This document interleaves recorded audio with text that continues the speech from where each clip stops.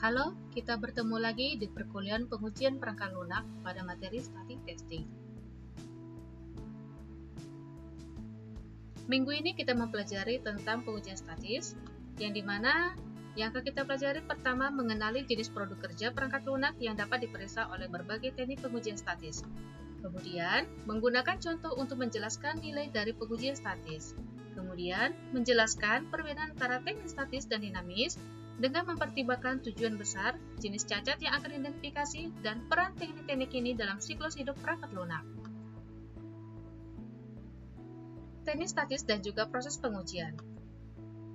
Analisis statis, proses mengevaluasi komponen atau sistem tanpa menjalankan ataupun tanpa dieksekusi, berdasarkan bentuk, struktur, konten, dan dokumentasinya. Maka, pengujian statis, pengujian produk kerja tanpa kode dijalankan atau dieksekusi. Analisis statis sering digunakan dan sangat penting dalam setiap sistem kritis terhadap keselamatan, seperti perangkat lunak kontrol penerbangan, perangkat MERIS, atau perangkat lunak kontrol tenaga nuklir. Dan juga sangat penting dalam pengujian keamanan karena dapat mengidentifikasikan kode berbahaya yang tidak menampakkan diri saat dieksekusi. Produk kerja yang dapat diperiksa melalui pengujian statis adalah: pertama, segala jenis spesifikasi yang dimana kebutuhan bisnis, kebutuhan fungsional, kebutuhan keamanan, epic, user stories, dan kriteria penerimaan, code, perangkat uji ataupun testware, yaitu segala jenis produk kerja yang berkaitan dengan pengujian. Contohnya, rencana pengujian, kondisi pengujian, kasus uji, prosedur pengujian, dan skrip uji otomatis. Panduan pengguna, teks bantuan, wizard, dan hal-hal lain yang dirancang untuk membantu pengguna menggunakan sistem secara lebih efektif.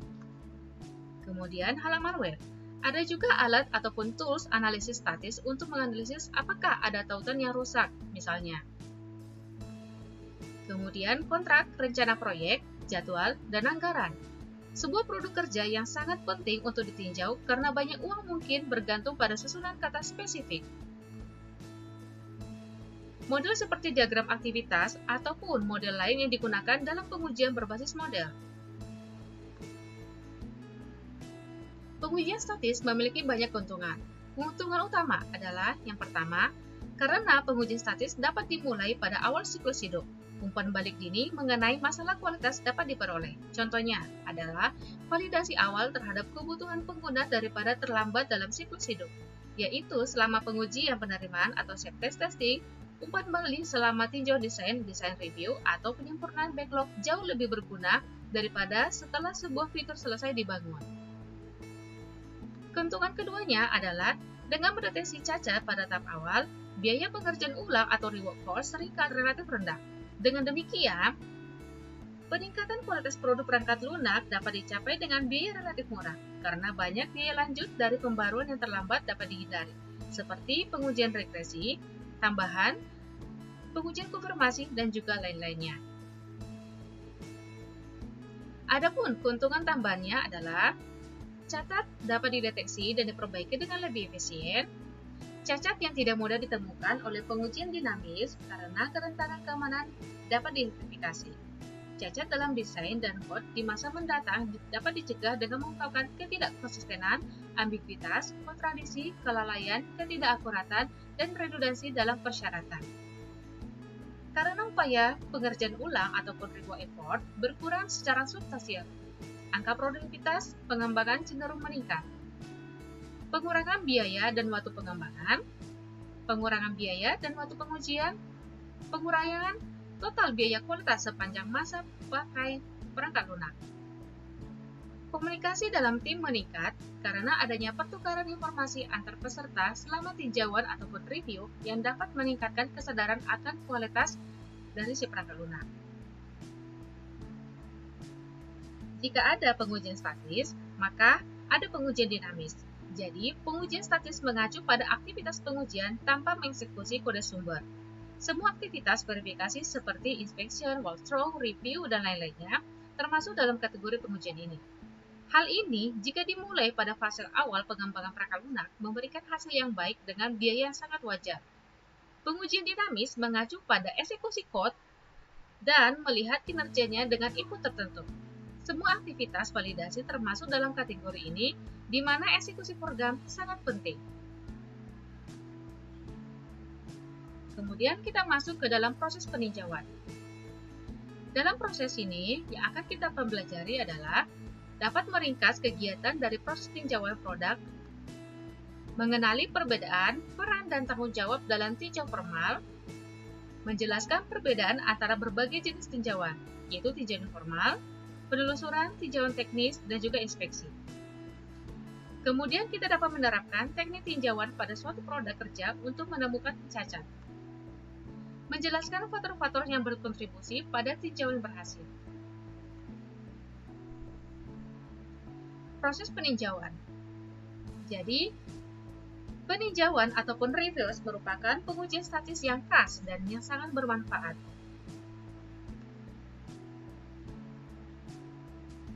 Tinjauan merupakan sejenis pengujian statis di mana produk kerja ataupun proses dievaluasi oleh satu ataupun lebih individu untuk mendeteksi masalah dan memberikan saran perbaikan. Tinjauan formal mengikuti proses yang tersebut, sementara tinjauan informal dapat melakukan setidaknya beberapa kegiatan yang sama sampai batas tertentu. Proses tinjauan terdiri dari beberapa kegiatan utama. Yang pertama adalah planning, perencanaan. Yang kedua adalah initiative review atau memulai tinjauan. Ketiga, kita melakukan tinjauan individual. Keempat, kita melakukan komunikasi dan analisis masalah. Kelima, kita melakukan perbaikan dan pelaporan. Proses peninjauan produk kerja. Yang pertama adalah kita masuk ke dalam tahap planning. Di tahap planning ini, aktivitas yang dilakukan adalah mendefinisikan ruang lingkup tinjauan, kemudian memperkirakan upaya dan kerangka waktu untuk tinjauan, kemudian mengidentifikasikan karakteristik tinjauan seperti jenis tinjauan dengan peran, aktivitas, dan daftar periksa. Kemudian, memilih orang-orang yang akan berpartisipasi dalam tinjauan dan mengalokasikan peran kepada siapa peninjau ataupun disebut dengan reviewer. Kemudian, mendefinisikan kriteria masuk dan juga kriteria keluar untuk jenis tinjauan yang lebih formal. Kemudian, kita melakukan memeriksa apakah kriteria masuk telah terpenuhi sebelum tinjauan dimulai untuk jenis tinjauan yang lebih formal. Kemudian kita masuk ke dalam namanya tahap 2. Dalam tahap 2 ini, kita sudah memulai namanya peninjauan. Aktivitas yang terjadi adalah mendistribusikan produk kerja, baik itu secara fisik ataupun elektronik, dan materi yang relevan lainnya, seperti formulir pencatatan ataupun login form, daftar periksa, ataupun checklist, ataupun produk kerja yang terkait. Kemudian, menjelaskan ruang lingkup atau scope, tujuan, proses, peran, dan produk kerja kepada para peserta. Selanjutnya adalah menjawab setiap pertanyaan yang mungkin dimiliki peserta tentang tinjauan tersebut. Selanjutnya adalah tinjauan individual. Pada tahap ini, aktivitas yang terjadi adalah meninjau semua ataupun sebagian dokumen kerja. Selanjutnya, mencatat potensi cacat, rekomendasi, dan juga pertanyaan. Tahap selanjutnya adalah komunikasi dan juga analisis masalah. Aktivitas yang terjadi adalah mengkomunikasikan potensi defek yang telah teridentifikasi, misalnya dalam rapat tinjauan, kemudian menganalisis potensi defek, menetapkan kepemilikan, dan juga status pada defek yang tersebut. Selanjutnya, mengevaluasi dan mendokumentasikan karakteristik kualitas. Selanjutnya adalah mengevaluasi temuan tinjauan terhadap kriteria keluar untuk membuat keputusan tinjauan, baik itu mau tolak ataupun perlu perubahan besar ataupun diterima ataupun mungkin dengan perubahan kecil. Tahap selanjutnya adalah melakukan perbaikan dan pelaporan, di mana aktivitas yang terjadi adalah yang pertama, membuat laporan cacat ataupun defek untuk temuan-temuan untuk yang memerlukan perubahan. Kemudian, kita melakukan perbaikan cacat ataupun defek yang ditemukan, biasanya dilakukan oleh penulis dalam produk kerja yang ditinjau. Kemudian, mengkomunikasikan defek kepada orang ataupun tim yang tepat ketika ditemukan dalam produk kerja yang terkait dengan produk kerja yang ditinjau. Selanjutnya, mencatat status cacat ataupun defek yang diperbarui dalam tinjauan formal berpotensi mencakup persetujuan dari pemberi komentar. Kemudian, mengumpulkan metrik untuk jenis tinjauan yang lebih formal, misalnya mengenai dari defek yang telah diperbaiki, ditunda, ataupun yang lainnya. Memeriksa apakah kriteria keluar telah terpenuhi untuk jenis tinjauan yang lebih formal. Selanjutnya adalah aktivitasnya menerima produk kerja ketika kriteria keluar telah tercapai. Kemudian kita memahami dan mempelajari tentang peran dan tanggung jawab dalam peninjauan formal. Dalam sebuah proses tinjauan terdapat beberapa peran kunci dan juga tanggung jawab yang berbeda. Yang pertama adalah author. Autor ataupun penulis merupakan yang bertanggung jawab untuk memberikan penjelasan tentang area yang tidak jelas dalam produk kerja yang ditinjau dan memahami semua defek yang telah ditemukan. Selanjutnya adalah manajemen, di mana yang bertugas memastikan tinjauan dilaksanakan sebagai bagian dari proses pengembangan. Tanggung jawab mereka meliputi memutuskan pelaksanaan tinjauan, mengalokasikan staf, anggaran, dan waktu, serta memantau efektivitas biaya yang sedang berjalan. Fasilitator ataupun moderator berfungsi mengontrol kualitas masukan dan keluaran dari proses tinjau. Ini termasuk memastikan rapat tinjauan jika diadakan berjalan secara efektif dan menengahi jika diperlukan antara berbagai sudut pandang yang berbeda. Selanjutnya adalah pemimpin tinjauan. Memegang tanggung jawab keseluruhan atas tinjauan tersebut dan memutuskan siapa saja yang akan terlibat. Kemudian, peninjau atau reviewer bertindak sebagai mata kedua untuk melihat produk kerja dari sudut pandang yang segar. Mereka seringkali adalah ahli ataupun dalam bidangnya yang bertanggung jawab mengidentifikasikan potensi defek dalam produk kerja yang sedang ditinjau. Yang terakhir adalah scribe ataupun perekam ataupun pencatat, yang dimana bertugas mengumpulkan potensi defek yang ditemukan selama aktivitas tinjauan individual, serta mencatat potensi-potensi defek yang baru, poin terbuka, dan juga keputusan yang dihasilkan dari rapat tinjauan jika diadakan.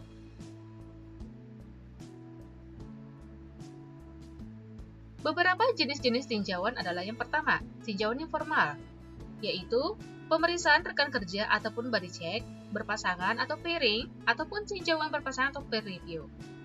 Kemudian ada walkthrough ataupun penelusuran. Kemudian ada technical review atau tinjauan teknis. Dan yang terakhir adalah inspection. Mari kita membahas satu persatu.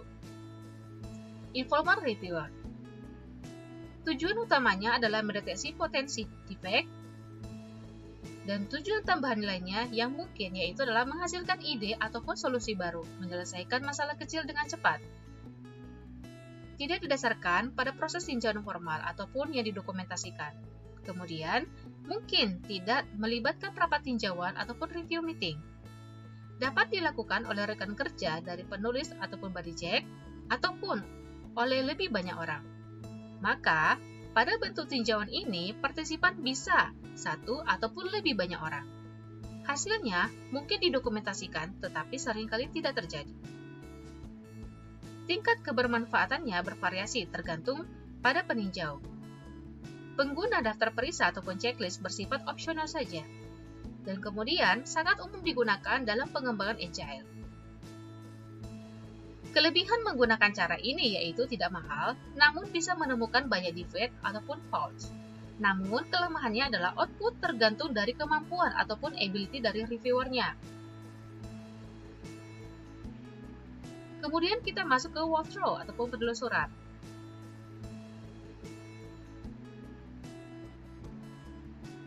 Walkthrough ataupun struktur walkthrough adalah jenis tinjauan di mana penulis memimpin anggota tinjauan untuk menelusuri produk kerja. Selama proses ini, para anggota mengajukan pertanyaan dan memberikan komentar tentang kemungkinan masalahnya. Walkthrough lebih formal dibandingkan dengan tahap sebelumnya. Tujuan utamanya adalah menemukan defek, meningkatkan produk perangkat lunak, mempertimbangkan implementasi alternatif, dan mengevaluasi kesesuaian terhadap standar serta spesifikasi. Tujuan tambahan yang mungkin dapat bertukar ide tentang teknik ataupun variasi gaya, melatih peserta, hingga mencapai konsensus. Persiapan individu sebelum rapat tinjauan bersifat opsional. Rapat tinjauan biasanya dipimpin oleh penulis produk kerja tersebut. Partisipan berkisar 2 hingga 7 orang. Pengguna pencatat ataupun scribe bersifat wajib. Penggunaan daftar periksa ataupun checklist bersifat opsional. Bentuknya dapat berupa skenario, uji coba, atau simulasi. Log potensi defek dan laporan tinjauan dapat dihasilkan. Dalam praktiknya, dapat bervariasi dari yang cukup informal hingga yang sangat formal. Kelebihan dari pengguna Waltrop dapat berbagi pengetahuan, namun kelemahannya yaitu menemukan sedikit false dan tidak sangat mahal.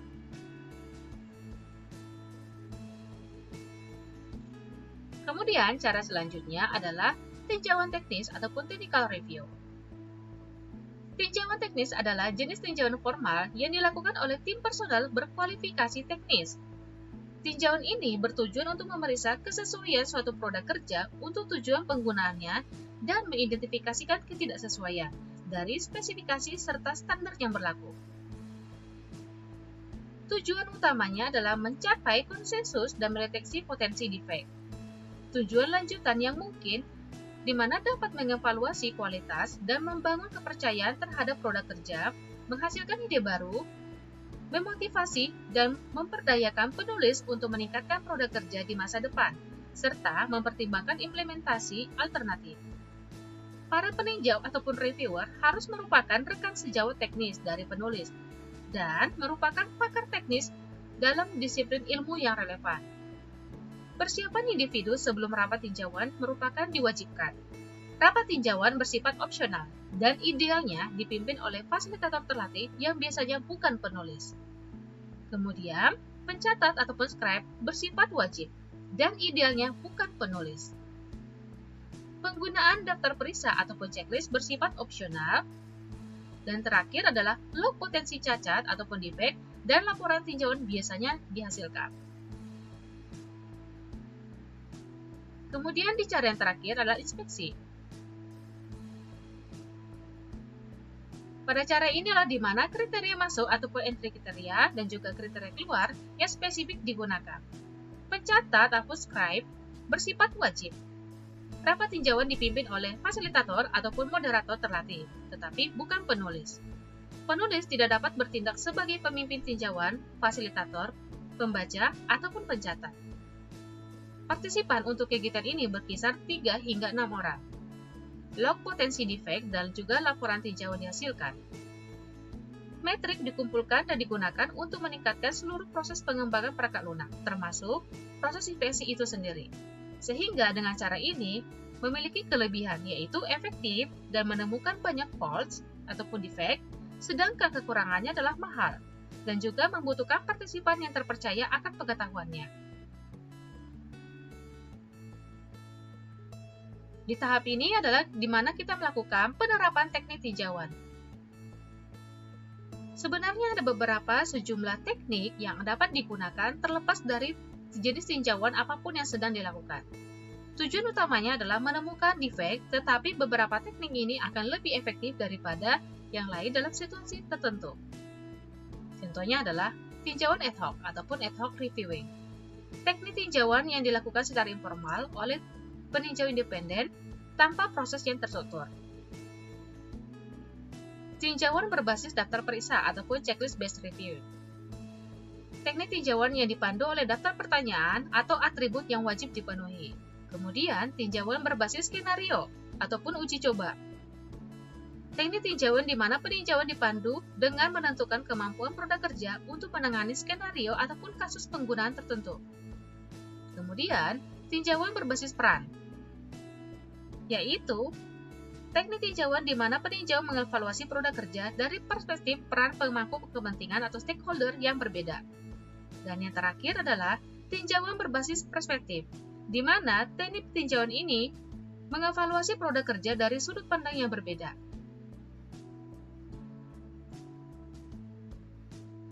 Demikianlah materi untuk perkuliahan yang membahas tentang pengujian statis.